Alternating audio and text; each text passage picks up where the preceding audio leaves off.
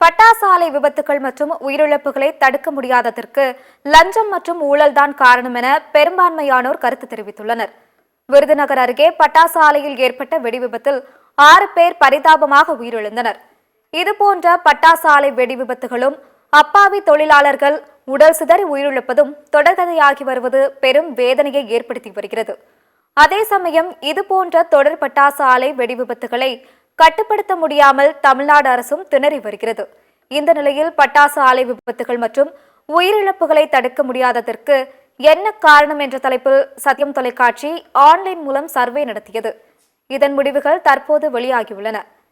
இதில் அரசியல்வாதிகள் மற்றும் அதிகாரிகளின் லஞ்சம் ஊழல்தான் காரணம் என 46% பேர் தெரிவித்துள்ளனர். பட்டாசு ஆலை உரிமையாளர்களின் அலட்சியமே காரணம் என 24% கூறியுள்ளனர். அரசின் அலட்சியத்தால் தான் என 17% பேரும், மக்களின் வறுமை என்று 13% பேரும் கருத்து தெரிவித்துள்ளனர்.